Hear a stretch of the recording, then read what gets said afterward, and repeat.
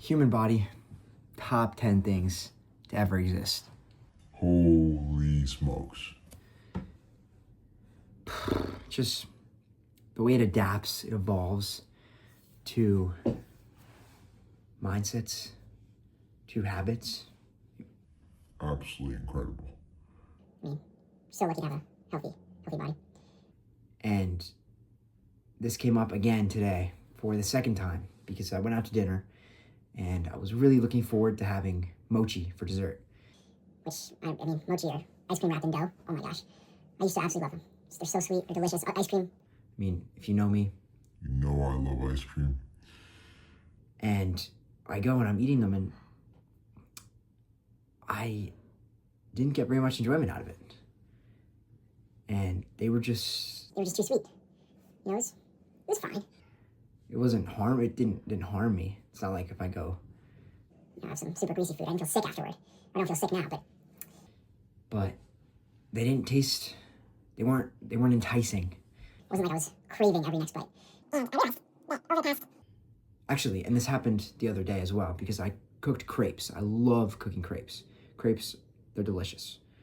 But I have them, the recipe I use already has a little bit of sugar in it. And then usually I add Nutella as well. And so they're the super sugary food at the beginning of the day. It's suboptimal, but they're so good. I love them.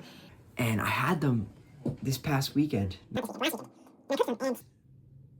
They were too sweet. I didn't enjoy them. And so I realized that slowly but surely my body has gotten used to not eating. It's gotten accustomed to eating foods that aren't super artificially sweet. I love fruit. Honey is good in very small amounts. And, you know, granola's quite good. Not super sugary granola.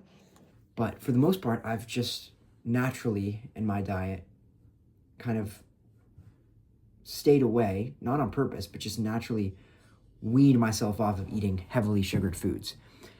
And as a result, my body's gotten used to not eating heavily sugared foods. So when I do eat heavily sugared foods, like when I eat super greasy foods, my body doesn't react positively. It's like, what is this?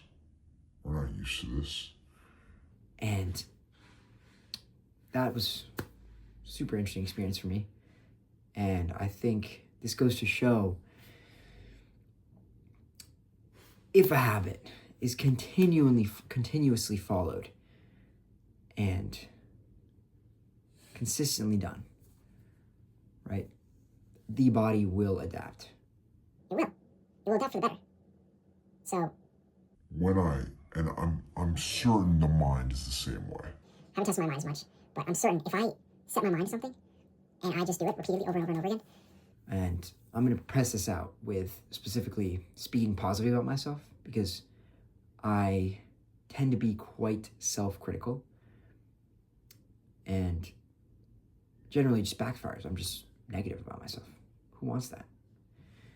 So, I mean, with this bodily evidence, I'll be trying to apply this to the mind, and I know the mind can do it, and I know I can do it, and I know that I can become someone that predominantly speaks positively about myself. So, and thinks positively about myself as well. So, super interesting seeing how my body adapted to not eating sugar. Not even on purpose, I just haven't eaten it. And it will be interesting to see how applying this theory of just naturally trending toward one direction applies to my mind and my positive thinking, which I think will benefit me overall. I mean, everybody says positive self-talk is huge, so gotta test it out.